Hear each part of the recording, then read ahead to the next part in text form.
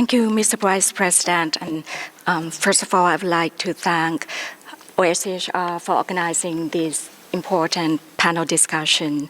As a penholder of the resolution on the enhancement of technical cooperation and capacity building in the field of human rights, I also wish to thank the core group members of Resolution 57/32, namely Brazil, Indonesia, Norway, Honduras, Singapore, Turkey, and Qatar for their efforts and dedication in advancing this important agenda within the Council.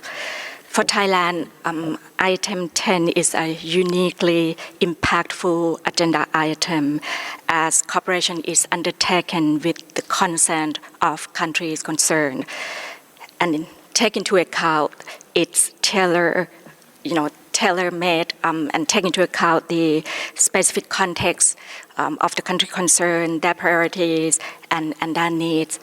It also grounded in mutual respect, genuine partnership, which help create the sense of national ownership to the project.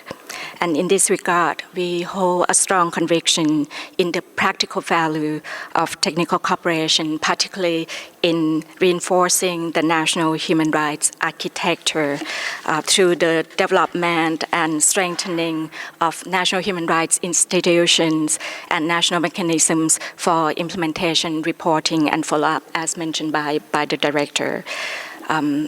Technical cooperation and capacity building are therefore a very useful tools which shall be designed to help states to turn their normative commitments into concrete actions to help address human rights situation and help improve the life and well-being of people on the ground. In the case of Thailand, the principle has also guided our efforts to strengthen the Rights and Liberties Protection Department, or RLPD, under the Ministry of Justice to serve as the main body, a driving force behind our national mechanism for implementation, reporting, and follow-up. This mechanism has played a central role in ensuring coherence in Thailand's human rights obligation. With the support of international partners, including the OSCHR, we have enhanced the RLPD's institutional capacity through targeted workshops and interagency coordination, aligning reporting and implementation under the core human rights treaties. I'll give you some concrete example that we could accomplish through this mechanism. For example, Thailand has raised the minimum age of criminal responsibility from 10 to 12. This is the implementation following the UPR recommendation. Another example is the enactment of Thailand's Prevention and Suppression of Torture and Enforced Disappearance Act in 2022. And this allowed us to fully implement our obligations under the CAT Convention. Importantly, our national mechanism for implementation and reporting and follow-up, they don't work in isolation. They work closely with our National Human Rights Commission in a very mutually reinforcing manner. Each of them have operate under their distinct mandate, but that collaboration strengthened the overall coherence and effectiveness of our national human rights architecture. So capacity building support, including training session from OSCHR and peer learning with other national human rights institutions, has empowered our National Human Rights Commission to undertake independent investigations, prepare human rights situation reports, and work on specific areas such as the development of a child-friendly complaint mechanism in collaboration with UNICEF. So together, the NHRI and NMIRF exemplify how technical cooperation can enable complementary structures to function within their mandates while reinforcing each other's efforts, both at the policy and operational level.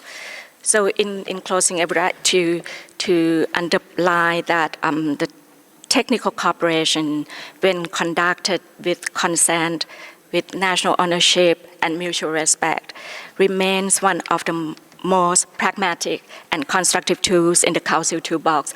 The Director used the term tangible, targeted and practical measures. So this is really important.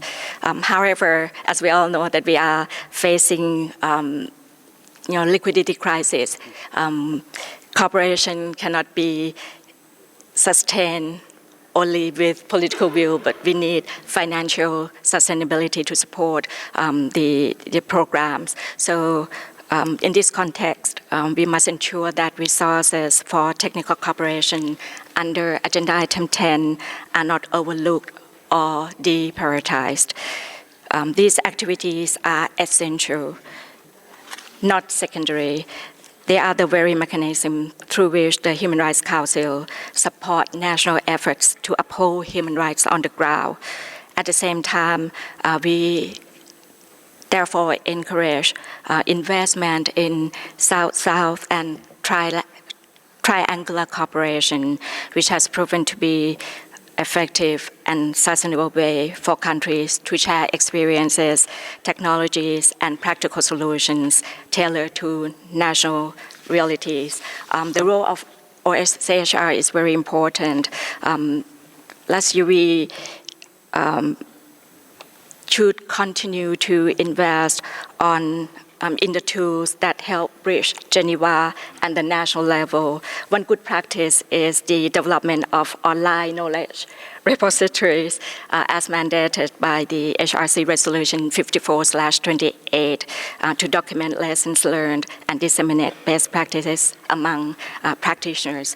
This will be a very important tool, so I would like to urge states to continue providing support to the work of OSCHR so that we can ensure that the rights of people and the situation on the ground will be addressed and improve the life of individuals. Thank you.